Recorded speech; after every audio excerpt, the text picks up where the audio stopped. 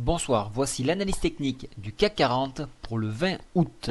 Alors c'est la rentrée pour les hommes politiques, mais ça risque d'être la rentrée également pour les hedge funds et notamment tous les gens qui tradent les indices.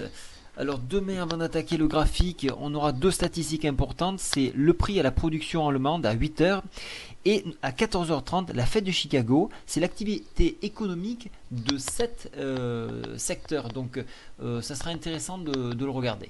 Maintenant, on passe sur le graphique. Alors le graphique ici, vous avez vu qu'il y a quelques jours, alors là je ne sais pas si vous le voyez bien, je vais agrandir le graphique.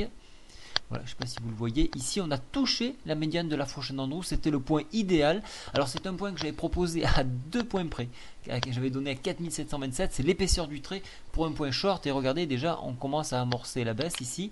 Alors, on a cassé. Alors, je vais le dessiner un peu plus. Voilà, ici.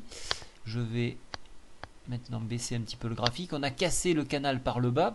On vient s'appuyer sur la MM10 à ce niveau-là.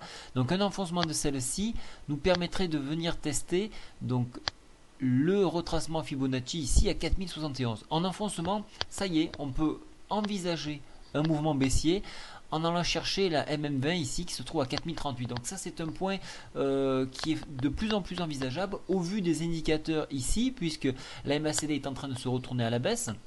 Le stochastique, lui, a déjà amorcé sa baisse et nous prenons le pas sur les US qui ont déjà, eux, commencé de faire la baisse. Alors, si on jette un petit œil sur les US, on va essayer de le passer en journalier. Voilà, je vais vous enlever ce paramètre. Vous voyez qu'on a déjà amorcé une baisse sur ces niveaux. Donc, il faut s'attendre à ce qu'on les suive. Donc, on a mis un peu de temps.